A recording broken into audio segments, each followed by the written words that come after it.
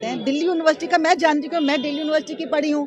उसी ज़माने में मैं भी स्टूडेंट थी। मैं 1979 में मैंने ग्रेजुएट किया, ये 78 की बात है। उस ज़माने में कोई कंप्यूटराइज्ड डिग्री नहीं होती थी और जो सबूत दिया गया था प्रेस कॉन्फ्रेंस में, जहाँ तक मुझे याद है, वो कंप्यूटराइज्ड डिग्री था। तो और कंप्यूटराइज्ड मार्कशीट थी, सब हाथ से लिखा जाता था उस ज़माने में।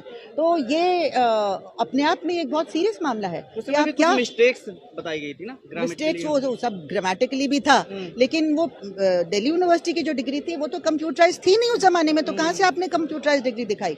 और गुजरात वाला तो एंटायर पॉलिटिकल साइंस में तो कोई सब्जेक्ट ही नहीं है ऐसा गुजरात यूनिवर्सिटी में, तो आपने कैसे उसमें एमए का क्लेम किया। तो इन चीज़ों से बहुत मतलब दुख होता है। अनफॉर्चुनेट बात है कि हमारे प्राइम मिनिस्टर जो हमारे देश के लीडर हैं, तो उनके बारे में जब इस तरह के सवाल चल रहे हैं तो उनको क्लियर कर देना चाहिए। एक छोटे से गरीब आदमी से तो आप तरह तरह के डॉक्यूमेंट मांग रहे हैं, 11 में से आप इतने दिखा दो, है ना। जिसके पास कुछ नहीं है उसका आप आधार कार्ड नहीं मानने को तैयार थे, उसका अब तो सुप्रीम कोर्ट ने थोड़ी रिलीफ दी है, लेकिन पहले तो आप मानने को तैयार नहीं, उसका लेबर कार्ड मानने को तैयार नहीं। मतलब हम नहीं मानेंगे जो आपके पास है, आप वो 10वीं का सर्टिफिकेट लाओ जो आपको बताता है बर्थ सर्टिफिकेट उसमें।